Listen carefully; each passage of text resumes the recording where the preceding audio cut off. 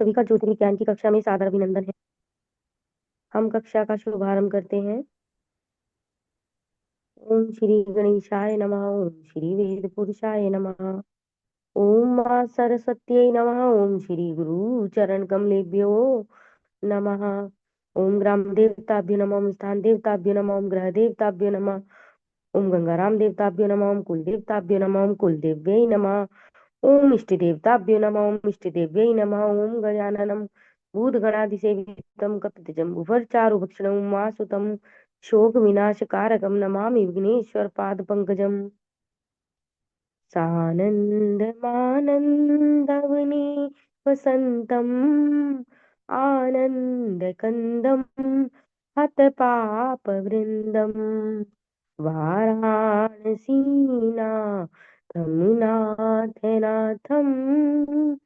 श्रीविश्वनाथं शरणं प्रपद्ये। श्रीविश्वनाथं शरणं प्रपद्ये। श्रीविश्वनाथं शरणं प्रपद्ये। काशी विश्वनाथ के चरणों में हम प्रणाम करते हैं, जिसमें सभी नवग्रह नतमस्तक हैं। और अब हम कक्षा का शुभारंभ करते हैं। कल आप लोगों को कर्मफल का सिद्धांत समझ में आ गया था?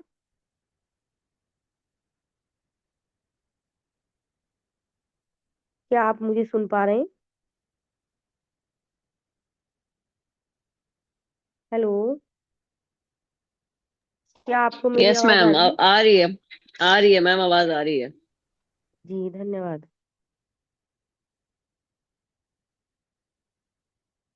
हम कक्षा का शुभारंभ करते हैं।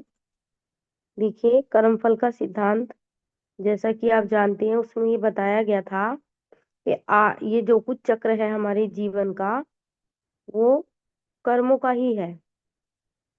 ठीक है, इसलिए कर्म हमेशा सोच समझ के करना चाहिए। अ, मतलब मैं ऐसी थोड़ा सा इस बारे में बता रही हूँ, क्योंकि जो भी चक्र चल रहा है, आप देखिए, हर प्राणी इस जगत में, किसी के मुंह से सुन लो, कोई ना कोई दुख है, कोई ना कोई पीड़ा है, कोई ना कोई कष्ट है। किसी का पति गुजर गया है, किसी के बच्चे नहीं है, बच्चे हैं तो बच्चे सही नहीं है, कहने में नहीं है। बहुत प्रकार के कष्टों से मानव जूझ रहा है। और आपने ये कथा भी सुनी होगी कि किसी की करनी किसी को भरनी पड़ती है। महात्मा बुद्ध के पास एक व्यक्ति आया, उसने कहा कि मैं बहुत बहुत प्रकार से परेशान हूँ। महात्मा बुद्ध ने देखा और उन्होंने कहा कि एक व्यक्ति अगर एक पीढ़ी कुछ करती है तो 7 पीढ़ियां उसको भुगतती हैं। अगर अच्छा किया है तो 7 पीढ़ियां उसके सुख और सौभाग्य को प्राप्त करती हैं, खुशहाली पाती हैं। और अगर एक पीढ़ी ने कुछ खराब कर्म कर दिए तो आने वाली पीढ़ियां उसको भुगतती हैं। तो तुम्हारे पूर्वजों ने अच्छे कर्म नहीं किए, जो तुम्हें भी भुगतने पड़ रहे हैं। तो ऐसा बुद्ध ने जवाब दिया था। यानी बुद्ध को, बुद्धिज्म को कहें या जैनिज्म को कहें, ये लोग अपने पूर्व जन्मों में गए हैं। महावीरों ने पूर्व जन्मों की, जो इनके 21 तीर्थंकर हुए हैं, इन्होंने पूर्व जन्मों की गाथाएं लिखी हैं। कभी आपके पास समय हो, मैं ये नहीं कह रही आप किसी भी धर्म के हों, किसी भी संप्रदाय के हों, लेकिन जो महात्मा गौतम बुद्ध का जो साहित्य है और जो जैनिज्म साहित्य है, उसको पढ़ना। आपको उनके पिछले जन्मों की गाथाओं से बहुत कुछ सीखने को मिलेगा। राजा जो दशरथ थे, उनसे एक बाण ही लग गया था श्रवण कुमार को, और जाने अनजाने ही लगा था। उसके बाद कितना कष्ट उनके पूरे परिवार को भुगतना पड़ा। तो हमेशा अनजाने में जो हमसे कर्म हो गया, लेकिन जानबूझ के कभी किसी के घर में आग मत लगाओ, किसी को पीड़ा मत दो, किसी को कष्ट मत दो। ठीक है, एक श्लोक आता है, अष्टादश पुराणेषु व्यासस्य वचनद्वयम्, कि 18 पुराणों में व्यास मुनि ने केवल 18 पुराण लिखे हैं, लेकिन बात दो ही कही है कि दूसरे को पीड़ा देने से बड़ा कोई पाप नहीं, और दूसरे का भला करने से बड़ा कोई पुण्य नहीं। तो हमेशा ये जो कर्मफल का सिद्धांत है, ये इसलिए पढ़ाया जाता है कि एस्ट्रोलॉजी में हम जा रहे हैं अपने भविष्य को जानने के लिए, पर पहले हम ये तो जाने कि हम किन किन प्रकार के कर्म करके आए हैं, जिसकी वजह से हम इस प्रारब्ध को भोग रहे हैं। इसलिए जब हम संचित क्रियमाण और प्रारब्ध और क्रियमाण प्रारब्ध कर्मों को समझेंगे, तो हम अपने क्रियमाण कर्मों को सुधार सकेंगे। तो ये हमें, ये एस्ट्रोलॉजी या जो ज्योतिर्विज्ञान है, यह वह शास्त्र है जिसमें हम अपने अतीत, वर्तमान और भविष्य में झांक सकते हैं और ये जान सकते हैं कि हम किस किस प्रकार के कर्म करके आए हैं और उनको किस प्रकार सुधारें, क्योंकि अगर आज अच्छा है तो भविष्य भी अच्छा होगा। ठीक है, तो ये बात हमारी यहाँ पर जो है फिनिश हो गई कि हमने आपको कर्मफल का सिद्धांत समझाया। अब आगे जो हम चर्चा करेंगे, भावों के कारकत्व को समझ लेते हैं आज की कक्षा में। ठीक है, ग्रहों का परिचय और काल पुरुष की कुंडली, हाँ थोड़ा सा काल पुरुष की कुंडली को देख लीजिए, फिर भावों के कारकत्व की ओर चलते हैं।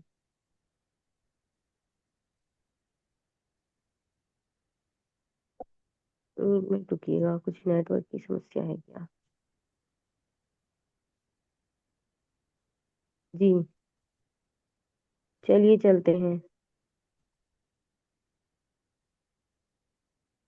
ये है काल पुरुष की मतलब कुंडली, तो मैंने कल आपको दिखा दी थी। अब काल पुरुष की कुंडली में जैसे मेष राशि किसको इंडिकेट करती है? सिर को, मस्तिष्क को दर्शाती है। वृषभ मुख को, मिथुन बाहु को, कर्क हृदय को, चौथा भाव, चौथे भाव में कर्क राशि आ गई, पांचवें भाव में सिंह राशि आ गई जो उधर को दर्शाती है। ठीक है, छठे भाव में कन्या कटी, कमर को कहते हैं, कमर के भाग को। तुला राशि वस्ती, मतलब वस्ती से मतलब है कि हमारा जो क्या कहेंगे, काम वासना का भाव है, सप्तम भाव जो हो गया। ठीक है, मतलब पेट का निचली हिस्सा। वृश्चिक राशि हो गई, ये हमारे प्रजनंगों को दर्शाती है, गुप्तांगों को दर्शाती है, अष्टम भाव में आती है। कालपुरुषी कुंडली के धनु राशि नवम भाव में बनती है, तो ये हमारे उरु को दर्शाती है। ठीक है, मकर राशि दशम भाव में बनती है, जानु को दर्शाती है। कुंभ राशि जंगा, कुंभ राशि नीचे का हिस्सा है पिंडलियों का। ठीक है, यहाँ पे थोड़ा सा मिसप्रिंट है, तो कुंभ राशि पिंडलियां हो गई। मीन राशि चरण, तलवे, पैर, उंगलियां। ठीक है, तो इस प्रकार से हम कालपुरुषी कुंडली को देखते हैं। उरु कहते हैं जो हमारा ये जांग वाला हिस्सा होता है ना, थोड़ा भारी जो पैर का हिस्सा होता है उस भाग को। तो इस प्रकार काल पुरुष की कुंडली में ये 12 राशियों को जो स्थान दिया गया है, यह प्रत्येक राशि कुछ व्यक्त करती है, हमारे शारीरिक अंगों को व्यक्त करती है। और काल पुरुष की कुंडली को भगवान विष्णु की कुंडली या काल की कुंडली कह सकते हैं आप एक तरह से। और ये जो सभी राशियां हैं, ये उसको जो है स्पष्ट करती हैं। जैसे अब कोई व्यक्ति कहे मेरा मुंह आ गया, छाले हो रहे हैं, दूसरे भाव में आती है वृषभ राशि, मुख का भाव है, मुख मतलब खाने वाला मुंह। उससे हमें पता चलता है व्यक्ति किस किस प्रकार के व्यंजनों का को खाता होगा, उसको कैसा व्यंजन, वहां पर बैठे हुए प्लैनेट्स ही बताते हैं कि वो तीखा खाता है, कि वो मीठा खाना पसंद करता है, कि वो किस प्रकार का भोजन खाना पसंद करता है। ठीक है, और अगर किसी का मुंह आ गया तो समझ लीजिए शुक्र कहीं खराब है, क्योंकि काल पुरुष की कुंडली में दूसरे भाव में कौन सी राशि आती है? वृषभ राशि, जो मुख के भाग को दर्शाती है, मतलब खाने वाले मुंह को। और गला है, थोड़ा सा हमारा गले का भाग है। ठीक है, इस प्रकार से हम देख सकते हैं। हमारी आंख भी है, सीधी आंख है। अब हमें ये स्टडीज कैसे याद होंगी, ये चीजें सूत्र कैसे याद होंगे? जब हम धीरे धीरे सुनते रहेंगे, पढ़ते रहेंगे, हमारी सच्ची निष्ठा होगी शास्त्र के प्रति, तो हम धीरे धीरे इसको सीख लेंगे और समझ लेंगे, क्योंकि निष्ठावान को, श्रद्धावान को ज्ञान प्राप्त होता ही है और उसे एक ना एक दिन सच्चा गुरु भी मिलता है। तो हम चलते हैं, कारकत्व को समझ लेते हैं। क्या आप लोगों को समझ में आ रहा है? हेलो। Yes ma'am. जी, जी। धन्यवाद। वैसे तो देखो, कुछ कितनी भी पुस्तकें उठा लो आप, कारक तो जो मुख्य कारक हैं वो दिए गए हैं इस चार्ट में। लेकिन होता क्या है, मानो जैसे हमें मौसी के बारे में जानना है, हमें बुआ के बारे में जानना है, हमें भाभी के बारे में जानना है, हमें पुत्री के बारे में जानना है, हमें किसी फीमेल के बारे में जानना है जो हमसे जुड़ी हुई है। ठीक है, कोई जैसे मौसी की लड़की, चाची की लड़की, बुआ, भाभी, बहन, बेटी, बहू। ठीक है, ये तो हम बुध बुध की स्थिति को भी देखेंगे। हालांकि कारकत्व हर भाव को दिया गया है, लेकिन अगर मानो हमें जानना है त्वचा संबंधी रोगों को, तो हम बुध की स्थिति को भी देखेंगे। समझ रहे हैं ना? क्योंकि हर ग्रह अपने आप में, जैसे हर राशि अपने आप में बहुत। कौन बोल रहे हैं?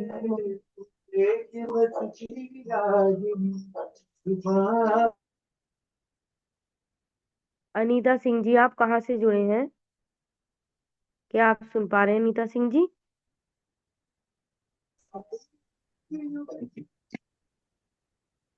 नोएडा से। हेलो। हेलो हेलो, नोएडा से। जी मैम, आप माइक बंद कीजिएगा, है ना, क्योंकि आवाज आ रही थी कुछ, ओके तो ओके इसलिए ओके। आपको टोका मैंने। नहीं, ठीक है, ओके ओके। स्वागत है आपका। हाँ जी। धन्यवाद धन्यवाद। तो मैं कहना चाह रही थी कि वैसे तो प्रत्येक राशि, प्रत्येक ग्रह और ये भाव कुछ ना कुछ कहते हैं।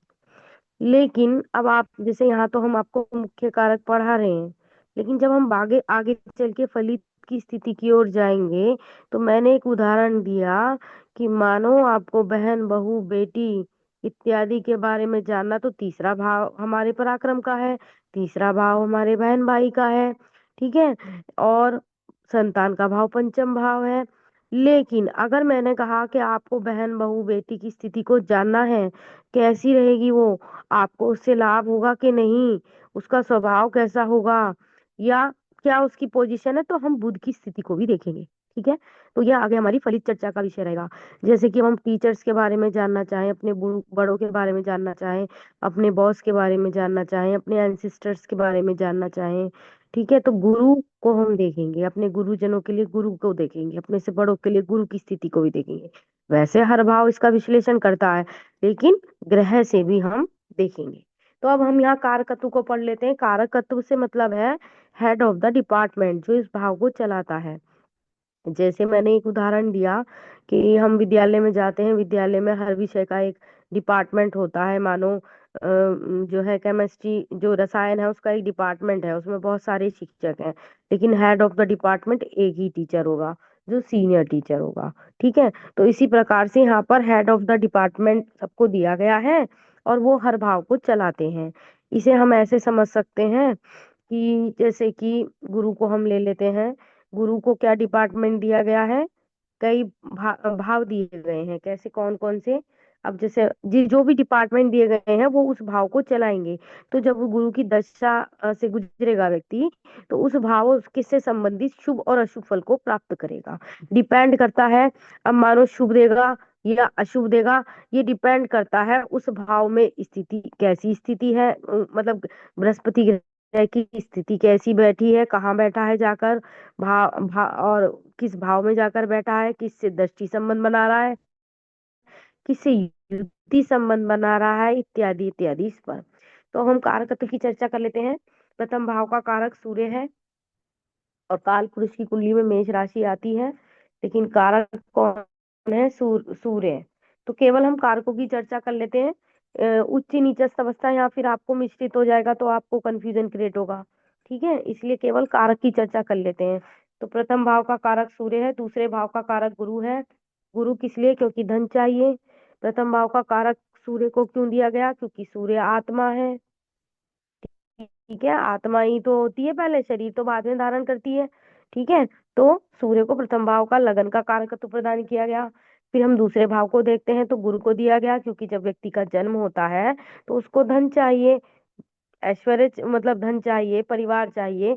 तो कारकत्व किसके पास है? गुरु के पास, क्योंकि गुरु तो सभी ऐश्वर्य का दाता है, धन का दाता है। तीसरे भाव में कारकत्व, जो मुख्य कारकत्व है, उसकी चर्चा कर लेते हैं। मंगल को दिया गया। क्यों? मंगल किसका सूचक है? पराक्रम का सूचक है। पराक्रम बिना बहन भाइयों के तो हो नहीं सकता, बिना पड़ोसी के तो हो नहीं सकता। जब हमारे अंदर रक्त बल नहीं है तो नहीं हो सकता भाई, हमारे अंदर जान होगी जब भी तो हम किसी से लड़ पाएंगे। तो तीसरे भाव का, क्योंकि तीसरा भाव पराक्रम का भाव है, तीसरा भाव हमारे रक्त संबंधियों का भाव है, तीसरा भाव हमारे रक्त का भी भाव है। मतलब रक्त से मतलब रक्त का ये देखते हैं कि कैसा बाहुबल है व्यक्ति का। और बाहुबल हम मंगल से ही देख सकते हैं, क्योंकि अगर किसी का मंगल कमजोर है तो समझ लो उसका इसके पास बाहुबल नहीं है। तो मंगल को कारकत्व प्रदान है। ठीक है, यानी जब अगर मंगल की पोजीशन आपकी कुंडली में अच्छी है और मंगल की दशा से आप गुजर रहे हैं, तो आप पराक्रम करते नजर आएंगे। अब डिपेंड करता है वो किसके लिए पराक्रम करेगा। अगर मंगल यहीं बैठ गया छठे में, तीसरे में और 10वें में, तो समझ लो वो नौकरी के लिए पराक्रम करता हुआ दिखाई दे रहा है। वहां पर जो बैठे हुए, जो वहां के कर्मचारी हैं, उनसे वो पराक्रम दिखाता हुआ दिखाई दे रहा है। पराक्रम से मतलब है उनको जीतने की कोशिश कर रहा है, अपना प्रभुत्व स्थापित करने की कोशिश कर रहा है। हम चलते हैं चतुर्थ भाव की तरफ। चतुर्थ भाव सुख का भी भाव है, माता का भी भाव है, भूमि भवन मकान का भी भाव है। यहाँ वैसे दो तीन ग्रहों को हम कारकत्व में ले लेते हैं, लेकिन मुख्य जो कारक है वो बुध है। अ, बुध को मतलब बुध को तो इसलिए ले लिया क्योंकि सुख है, और चंद्रमा को इसलिए ले लिया क्योंकि माता का भाव है। ठीक है ना। और आधुनिक विद्वान तो ये कहते हैं कि भाई शुक्र भी कारक है। क्यों? क्योंकि भोग भोग विलास तो हम सुख से ही, शुक्र से ही देखेंगे, लेकिन मुख्य रूप से चंद्रमा और बुध को लिया जाएगा, क्योंकि ये सुखेश का भाव है, तो बुध का को कारकत्व प्रदान है। और चंद्रमा को इसलिए क्योंकि माता का भाव है। मन भी अच्छा होना चाहिए। मन अच्छा कैसे होगा? जब चंद्रमा की पोजीशन अच्छी होगी। तो चंद्रमा को कारकत्व प्रदान है, यानी जब चंद्रमा की दशाओं से आप गुजरेंगे तो आपको भूमि भवन मकान माता इत्यादि का सुख प्राप्त होगा, अगर चंद्रमा की स्थिति सही है कुंडली में तो। ठीक है। क्योंकि हम चंद्रमा की स्थिति को कैसे जानेंगे? कहाँ वो बैठा है, किस राशि पर बैठा है, उसका किस किस ग्रहों से क्या चंद्रमा बलहीन तो नहीं है, मतलब शुक्ल पक्ष का बढ़ता हुआ चंद्रमा है, या क्षीण चंद्रमा तो नहीं है, या उस पे कुछ अशुभ दृष्टिपात तो नहीं हो रहा, या उसकी डिग्री कैसी है, वगैरह वगैरह। ठीक है। तो हमने देखा कि चतुर्थ भाव का जो कारकत्व है वो चंद्रमा और बुध दोनों के पास है। बुध को इसलिए क्योंकि सुखेश कहा गया है, और चंद्रमा को इसलिए क्योंकि वो मन और माता का कारक है। और चौथा भाव माता का कारक है, स्तनपान का कारक है, मतलब माता का हृदय का भी कारक है। और बच्चे को अगर चंद्रमा कमजोर हो या वीक हो, या त्रिक भाव में बैठा हो, क्षीण चंद्रमा हो, अमावस्या का हो, या हम कह सकते हैं नीच का चंद्रमा हो, तो वो अशुभ फल देता है। माता है तो माता से संबंध खराब कर देता है, या त्रिक भाव में चला गया तो व्यक्ति किसी की वैसे ही नहीं सुनेगा। बहुत तरीके की, मतलब वो अलग फलित चर्चा का विषय है। आगे चलते हैं, पंचम भाव का कारकत्व को देख लेते हैं। पंचम भाव में कारकत्व किसको है भाई? गुरु को है, क्योंकि गुरु ज्ञान का कारक है। पंचम भाव विद्या का है, संतान का है। भाई बिना गुरु की कृपा के संतान भी नहीं होती, क्योंकि गुरु का दृष्टिपात होता है तो समझ लो बच्चे सकुशल होंगे, पढ़ने में अच्छे निकलेंगे, स्वस्थ होंगे। अब किसी के बच्चे हैं बीमार रहते हैं, बच्चे हैं पढ़ते नहीं है, बच्चे हैं कहना नहीं सुनते हैं, तो वो है ना है बराबर है। तभी तात्पर्य वहां पर कुछ कुदृष्टिपात हो रहा है, कुछ बुरे ग्रहों की युति संबंध बन रहा है। ठीक है। तो ऐसी स्थिति में फिर वो, क्योंकि ग्रह अपना फल देता ही है, और हम ग्रह के फल को लेने के लिए बाध्य हैं, हम उससे बच के नहीं निकल सकते, क्योंकि वो हम प्रारब्ध में भोकर बोकर आए हैं, और वो बिन बिना भोगे काट नहीं सकते। इससे निकलने का सिर्फ और सिर्फ एक ही मार्ग है कि सब ईश्वर को समर्पित करके थोड़ा सा समय अपने अध्यात्म को दिया जाए। आगे बढ़ते हैं। तो हमने देखा पंचम भाव में कारकत्व किसको है? गुरु को। अच्छा यहाँ देखो एक चीज लिखी है कि ये सूर्य का अपना घर है। अपना घर क्यों कहा? क्योंकि काल पुरुष की कुंडली में पंचम भाव में सिंह राशि आती है, तो सिंह का स्वामी सूर्य है, तो ये उसका अपना घर है। और ये भी कह सकते हैं मूल त्रिकोण राशि जो है सूर्य की सिंह राशि है। तो हमें छोटे छोटे पॉइंट से चीजें क्लियर होती हैं। पर अगर आप इन चीजों को सुनते रहेंगे, आपको एक बात बताऊं, हकीकत की जो अच्छी वर्कशॉप्स होती है ना, मतलब जिसमें बहुत विद्वान लोग बोलते हैं और बहुत नॉलेजेबल चीजें होती है ना, वो आपको यूट्यूब पर नहीं मिलेगी, क्योंकि वो यूट्यूब पे प्रसारित ही नहीं करते। ठीक है। ये तो आप कभी किसी अच्छी सी किसी कॉलेज में विश्वविद्यालय में चलने वाली जो वेबिनार होती हैं, ऑनलाइन हो या ऑफलाइन हो, लेकिन वो आपको वहीं देखने को मिल सकती हैं। वो सोशल मीडिया पे प्रसारित नहीं करते। जितना भी आपको ये मिलेगा ना यूट्यूब पे डाटा, जो प्राइवेट सोशल वर्कर हैं वो बनाते हैं, उसमें कुछ सही भी होता है कुछ गलत भी होता है। अब इसलिए कहा जाता है कि मूल पुस्तकों की तरफ जाइए, सही ज्ञान आपको वहीं से मिलेगा। ठीक है। आगे बढ़ते हैं। छठा घर। अब क्योंकि छठा घर रोग का है, रिंग का है, ऋणों का है, शत्रुओं का है, और रोग ऋण शत्रु से निपटने के लिए हमें थोड़ी ताकत चाहिए, तो यहाँ मंगल को कारकत्व प्रदान है, और शनि को भी। अब आप कहेंगे जी शनि को क्यों दिया गया कारकत्व? तो ये मेरा अपना विचार है, क्योंकि शनि का जो जातक होता है, या शनि प्रधान जातक, वी कैन से कि जैसे कि कुंभ राशि का जातक हो गया, शनि स्वामी है उसका, या शनि किसी का योगकारी हो, ठीक है, शनि मजबूत हो कुंडली में, तो ऐसा व्यक्ति क्या करता है, हम देखने को शनि वाला जो शनि प्रधान व्यक्ति होगा ना, वो शांत चित्त होगा, चुप रहेगा। लेकिन अगर आपने उसे जरूरत से ज्यादा परेशान कर दिया, तो वो आपको जवाब देना जानता है। इसको हम कह सकते हैं पुष्प से भी कोमल और वज्र से भी कठोर। ठीक है, मतलब वो जवाब देना जानता है, उस तो उसे कमजोर नहीं समझना चाहिए, क्योंकि शनि है, वो न्यायाधीश है, वो न्याय करता है, उसे न्याय पसंद है। हाँ, अगर उस पर कोई अशुभी प्रभाव हो तो अलग चीज है कि भाई शनि भी अगर बेकार हो जाए तो बहुत बुरे बुरे फल देने लगता है। ठीक है, तो हमने देखा छठे भाव में कारकत्व मंगल और शनि को है। क्यों? क्योंकि हमें रोग ऋण शत्रुओं पर विजय पानी होती है, तो मंगल और शनि को कारकत्व दे रखा है। अगर किसी का मंगल और शनि अच्छा होता है, तो वो शत्रु विजयी होता है, शत्रु हंता योग बनता है, जैसे भगवान श्री कृष्ण। हाँ, और आई थिंक मंगल की पोजीशन भी ऐसी ही थी, कि वो, आपने देखा उन्होंने अपने सभी शत्रुओं को, जो भी उनको मारने के लिए आते थे बचपन में, और सब पर वो मतलब शत्रु हंता योग बनाया है, शत्रु को हंता योग। एक तो वृषभ लगन का जातक हो, उसके लगन में ही जो है लगन लगन ही मजबूत है, तो वो अपने आप में मजबूत हो गया। दूसरा, अगर छठे घर में ऐसी स्थिति बनती है मंगल और शनि की, या दृष्टिपात होता है, मंगल और शनि की सप्तम दृष्टि जा रही है, ठीक है, सप्तम जाए, या हम कह सकते हैं शनि की तो खैर सातवीं दृष्टि, शनि का बैठना शुभ होता है। शनि जहाँ बैठता है, रोग बढ़ा देगा, शत्रु भी बढ़ा देगा, लेकिन शत्रुहंता योग बना देगा, और वो शत्रुहंता योग डिपेंड करेगा आपके लगन की स्थिति पर। लगन भी तो मजबूत होना चाहिए। आखिर जिसको शत्रुओं से निमटना है वो तो लगन है, लगन मजबूत नहीं होगा तो वो शत्रुओं से कैसे निमटेगा। ठीक है, तो बहुत सारी चीजें होती हैं। आप ये भी कह सकते हैं छठे घर का स्वामी लग्नेश में जाके बैठ जाए तो तब भी शत्रुहंता योग बनता है। मंगल शनि की स्थिति ठीक हो तब भी शत्रुहंता योग बनता है। पराक्रम में प्रबल हो तो भी शत्रुहंता योग बनता है। और छठे घर का कारकत्व इसलिए मंगल और शनि को दिया गया है। अगर मंगल और शनि कमजोर है तो आप शत्रु को पराजित नहीं कर पाएंगे। यहाँ पर ये बात दर्शाई गई है। चलो जी, सप्तम भाव की तरफ। सप्तम भाव का जो कारक तत्व है वो किसके पास है भाई? शुक्र के पास है। क्यों? क्योंकि सप्तम भाव काम वासना का है, भौतिक सुखों का है, सांसारिक सुखों का है, सांसारिक इच्छाओं का है। ठीक है, और हमारे पत्नी भाव का भी है, पति के लिए पत्नी का, पत्नी के लिए पति का, या कोई भी ऐसा पार्टनर जो आपके साथ आपके, जैसे हम कहेंगे भार्या क्यों कहा गया पत्नी को? हमारे देखो संस्कृत भाषा कितनी अच्छी है, हर शब्द का एक विशेष अर्थ है। जननी, जननी उसी माता को कहा जाता है जिसने जन्म दिया है। माता हम किसी को भी कह सकते हैं जो हमारी माता की आयु की है, पर जननी शब्द का प्रयोग हम उसी माता के लिए करेंगे जिसने हमें जन्म दिया है।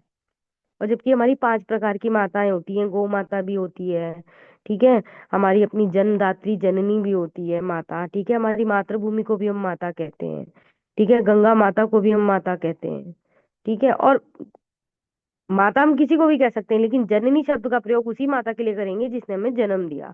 इसी प्रकार जाया पत्नी का भाव है, भार्या पत्नी, भार्या जो भार ढोती हो पति का, पति के कर्मों के साथ सहभागिनी सहधर्मिणी बनकर उसका साथ निभाती हो, तो भार्या मतलब जो ढोती हो। और भर्ता कहा गया पति को जो भार वहन करता हो, पत्नी का बच्चों का पालन पोषण भरण पोषण करता हो।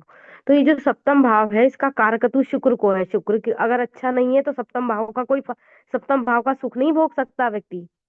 तभी तो चौथे भाव में शुक्र को भी आधुनिक विद्वान कारकत्व प्रदान करते हैं। अब आधुनिक विद्वानों की गलती भी नहीं है। क्यों? क्योंकि आज का टाइम ही ऐसा है। एक टाइम पर 12वें भाव को बुरा कहा जाता था, अरे भाई ये तो लगन का व्यय भाव है, ये तो नाश का भाव है, ये तो त्रिक भाव है। लेकिन आज आज के तो लोग कहते हैं मुझे तो विदेश जाना है, मुझे तो शैया सुख लेना है, मुझे तो नींद का सुख लेना। कितना सोते हैं लोग? सोने वाले बहुत सोते हैं भाई, मतलब सोने का भी भाव है निंद्रा का, क्योंकि बहुत से लोग कई कई घंटे सोते हैं, 10 बजे सो कर उठ रहे हैं। ठीक है, वो विलासिता का भी भाव है। विलासिता से कहेंगे कि भाई बाहर मौज मस्ती करना, होटलों में घूमना, रातों को जाना, इस तरह की चीजें करना, जो विलासी व्यसन होते हैं उनका भी भाव है, 12वां भाव। लेकिन आधुनिक विद्वान तो ये भी कहते हैं, अरे भाई विदेश जाना है तो 12वें भाव को देखो। ठीक है, तो हम आधुनिकता और जो हमारे मूल साहित्य है उसका समन्वय करते हुए आगे बढ़ रहे हैं, क्योंकि शुक्र के अभाव में आप भौतिक सुख भोग ही नहीं सकते। लोगों के पास मकान होता है, चीजें होती हैं। कई बार ऐसा होता है, पति पत्नी का विवाह हो गया, संबंध भी ठीक चल रहे हैं, पर पति पूरब में रह रहा है, पत्नी पश्चिम में रह रही है, दोनों अलग अलग कहीं जॉब कर रहे हैं, यानी कहीं शुक्र की पोजीशन भी ठीक नहीं है, या सप्तम भाव पर कोई ऐसी दृष्टि आ रही है, कोई ऐसा प्लेनेट बैठा है कि जिसने साथ रहते हुए भी साथ नहीं रह पा रहे हैं। ठीक है, हालांकि संबंध ठीक चल रहे हैं, मधुर चल रहे हैं, सब चीजें हैं, पर साथ नहीं लिखा रहना। तो इस प्रकार हम देखेंगे शुक्र शुक्र जो है भौतिकता का, भौतिक सुखों का, पत्नी के सुखों का कारक है, काम इच्छाओं का कारक है। तो यहाँ पर कारकत्व किसको दिया गया? शुक्र को दिया गया। आगे चलो जी, अष्टम भाव का कारक शनि को, कारकत्व शनि को प्रदान है, क्योंकि अष्टम भाव जो है मृत्यु के कारण का है, दंडों का है। ये भाव आपको दंड देता है आपके कर्मों का। अब हो सकता है अभी हमारे प्रारब्ध ही हैं जो हम भोग रहे हैं, क्योंकि इस समय तो हम प्रारब्ध भोग रहे हैं और क्रियामान कर्म करते जा रहे हैं। ठीक है, और संचित जो हमारा कुछ भोग लिया होगा, कुछ बच रहा होगा, वो आगे भोगेंगे। वो जन्म जन्मांतर चलता रहता है, ये चक्र तो रुकता ही नहीं।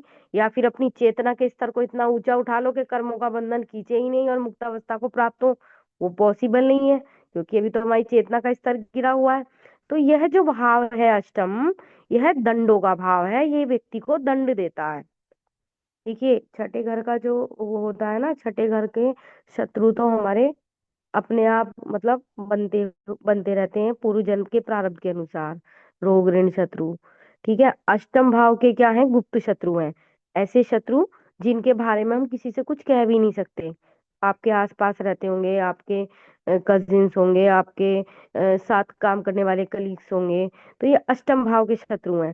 आपके शत्रु हैं, आपको फेस से दिख रहा है कि आपका भाई आपकी जॉब से ही चिढ़ रहे हैं और कुछ नहीं कह रहे, भैया ये तो बढ़िया ठाट बाट से रह रहा, चाहे आप कितनी परेशान हो, पर सामने वाले को दिख रहा है अरे भैया ये तो बड़ा अच्छे ठाट बाट से रह रहा है, इसके बच्चे बड़े सेटल हैं, इसके हस्बैंड की जॉब बड़ी अच्छी है। अब आपको पता है वो चिढ़ता है, ईर्ष्या करता है, पर आप किसी से कह नहीं सकते। ठीक है, एक अष्टम भाव के शत्रु गुप्त शत्रु का भाव है। ठीक है, अष्टम भाव हमें दंड देने वाला भाव है, इसलिए कहते हैं कि कर्म सही रखो, यानी अपने धर्म बल को बढ़ाओ और कर्मों के बैलेंस को भी सही रखो, तो यह अष्टम पीड़ा नहीं देगा, यानी हमें दंड नहीं देगा। ठीक है, तो इसलिए अष्टम को हम अपने कर्म द्वारा और धर्म बल द्वारा ठीक कर सकते हैं, यानी क्रियमान कर्म इस पे काम करेगा। और यदि व्यक्ति कर्म भी सही नहीं करेगा तो अष्टम दंड देगा ही, क्योंकि अष्टम का तो काम ही दंड देना। इसलिए यहाँ दंडाधिकारी शनि को कारकत्व प्रदान किया गया। हेड ऑफ द डिपार्टमेंट जो है वो यहाँ पर शनि है। आगे चलो जी, ये भाव है हमारा नवम भाव। नवम भाव किसका भाव है भाई? हमारे एंसेस्टर्स का है, हमारे धर्म बल का है, हमारे पिता का भाव है। तो पिता का होने के कारण सूर्य को कारकत्व है, क्योंकि सूर्य पिता है। भाई आत्मा की उत्पत्ति कहाँ से हुई? दाता तो पिता है ना, देने वाला पहले पिता है, उसके बाद माता संतान को जन्म देती है, माता उसका पोषण करती है, अपने रक्त से सींचती है, लेकिन देने वाला दाता पिता है। इसलिए सूर्य को कारकत्व प्रदान है। क्यों? क्योंकि ये भाव पिता का भी है। और गुरु का किस लिए कहा गया? क्योंकि गुरु धर्म है, ये धर्म भाव है, तो धर्म को भी कारकत्व देने के लिए गुरु का भी भाव है। तो जब हम गुरु की दशा से गुजरते हैं, तो जहां जहाँ का कारकत्व गुरु को प्राप्त है, वहां से संबंधित शुभ और अशुभ फल प्राप्त होंगे। और आप देखिएगा गोचर में भी जब हम देखते हैं तो गुरु की जो दृष्टिपात जहाँ होता है उसको बहुत इंपॉर्टेंस दिया जाता है, क्योंकि दृष्टि हमेशा बहुत लाभ देने वाली होती है। चाहे कुछ भी हो, लेकिन इसकी दृष्टि आपको बहुत कुछ दे जाएगी। और बैठने पर ये कहते हैं ना, कारकांश भावो नाशा है, यानी बृहस्पति जहाँ बैठ जाए तो उस भाव की हानि करता है, ऐसा कहते हैं। ठीक है, मानो पंचम भाव में बैठ गया बृहस्पति, तो संतान तो हो जाएगी, पर संतान से तालमेल नहीं बैठ पाएगा। जैसे आप एक कह सकते हैं कि जैसे हम कह सकते हैं कि जैसे संतान तो थी राम और सीता के, मैंने एक उदाहरण दे दिया, लेकिन कितने वर्ष राम से दूर रहे बच्चे। अच्छा, पिता को मिल भी गए तो माता दूर हो गई, मतलब कुछ ना कुछ ऐसी स्थिति रही। ठीक है, या बच्चे बड़े होकर विदेश में चले जाते हैं। तो तात्पर्य ये हुआ कि बृहस्पति जहाँ बैठता है भाव की हानि, मतलब ऐसा कहते हैं कार अगर कारक भाव में बैठ गया तो ये एक सूत्र है कि कारक जो होगा वो भाव की हानि करेगा। ठीक है। और बृहस्पति पर ये सबसे ज्यादा लागू होता है। वैसे तो बृहस्पति शुभ है, कहीं बैठता है तो भी कुछ ना कुछ दे देगा, लेकिन अगर अपने कारकत्व वाले भाव में ही बैठ गया तो वहां वो कुछ किसी प्रकार की हानि कर सकता है। ये जन्म कुंडली को देखने में फलित चर्चा का अन्य आगे का विषय है। लेकिन इस समय हम बात कर रहे हैं कारकत्व की, तो हमने कहा क्योंकि यह पिता का भाव भी है। पराशरी के अकॉर्डिंग तो सूर्य पिता है, क्योंकि वो सूर्य से हम आत्मा आती है और आत्मा मतलब जीवन मिलता है जातक को, तो सूर्य पिता है। तो इसलिए पिता को भी कारकत्व है, और गुरु को कारकत्व इसलिए है क्योंकि ये धर्म का भाव है। बिना धर्म संचय के हम अपने जो है अष्टम को साध नहीं सकते। आप देखना जरा, सिखों के गुरुद्वारे में जाना, जूते चप्पल भी उठाएंगे, पत्तल भी उठाएंगे, खाना भी बहुत प्रेम से खिलाएंगे।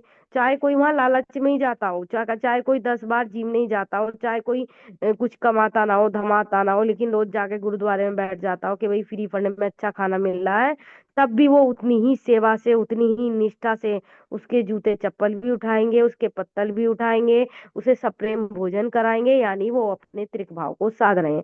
उनके उनके गुरु ने यही कहा है कि भूखों को भोजन खिलाओ। देने वाला कहते हैं ना, चिड़ी चोंच भर ले गई नदी ना घटियो नीर, दान दियो धन न घटे, कह गए दास कबीर। ठीक है। तो गुरु धर्म, धर्म को दर्शाता है, जहाँ गुरु है वहां धर्म है। आगे बढ़ो जी।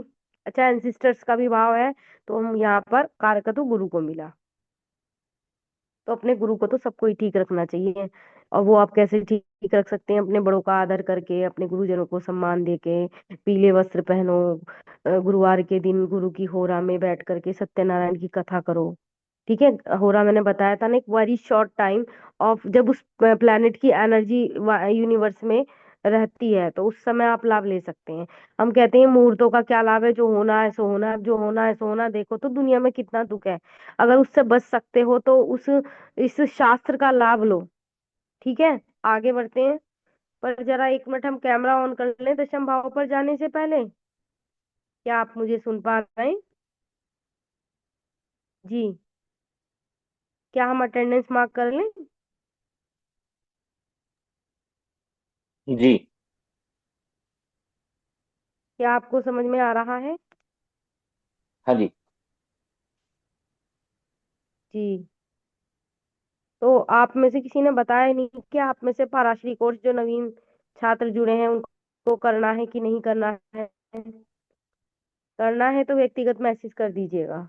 जी, मुझे करना है। चलिए, तो सभी आपको करना है अश्विन जी। जी, जी। तो आप मुझे व्यक्तिगत मैसेज कर दीजिएगा। ठीक। चलिए जी, बाकी सभी छात्र जो है अपना कैमरा ऑन कर लीजिए। तो क्या हम अटेंडेंस मार्क कर लें?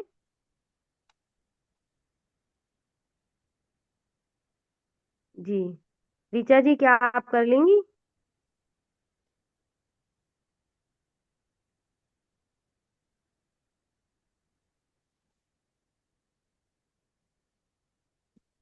हो गया मैम। जी, धन्यवाद मैडम।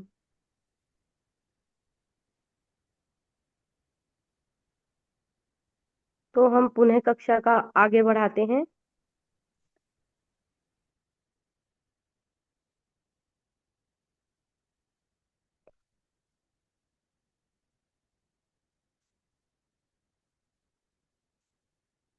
कारकत्व को जब हम समझ लेते हैं ना, मतलब हम ये कहेंगे कि जब हम चीजों को बहुत अच्छे से समझ लेते हैं तो ये फलित करने में हमारी बहुत मदद करते हैं, और हमारा जो फल कथन है सटीक जाता है। तो आप खुद ही देखिएगा, पहले आप पूर्ण ज्ञान हासिल करें और फिर जब आप फलित पर पहुंचेंगे तो आप पाएंगे कि आप वो देख पा रहे हैं जो हर कोई नहीं देख सकता। आगे चलते हैं, हम चलते हैं दशम भाव की तरफ। दशम भाव में कारकत्व सूर्य को दिया गया, क्यों? क्योंकि वो राजसी सत्ता को दर्शाता है, प्रतिष्ठा को दर्शाता है। ठीक है। और वो हम यहाँ से अपने मेरुदंड को भी देखते हैं।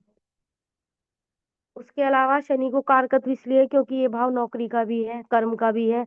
कर्म का ही कारक शनि, क्योंकि कर्म फल का दाता है शनि। आप अच्छे कर्म करेंगे तो आपको, वो आपने देखा होगा, सुना होगा, शनि की 7.5 में जिसने कभी पूजा ना करी हो, जिसने कभी भगवान का चौखट ना देखा हो, मंदिर ना गया हो, वह भी जाता हुआ आपको दिखाई देगा। क्योंकि शनि जब दंड देने पे आते हैं ना, ऐसा दंड देंगे कि रुला देंगे, व्यक्ति को एक पल चैन नहीं देंगे।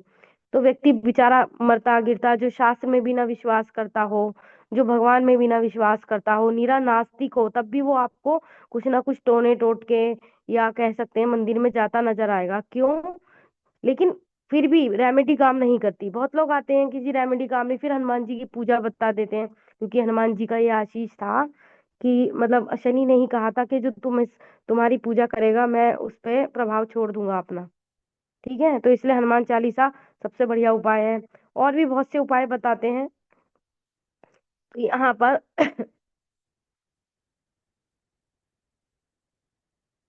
सूर्य को कारकत्व दिया गया प्रतिष्ठा की वजह से, मेरुदंड की वजह से शनि को कारकत्व दिया गया, क्योंकि शनि कर्म फल के दाता है और ये कर्म का भाव है।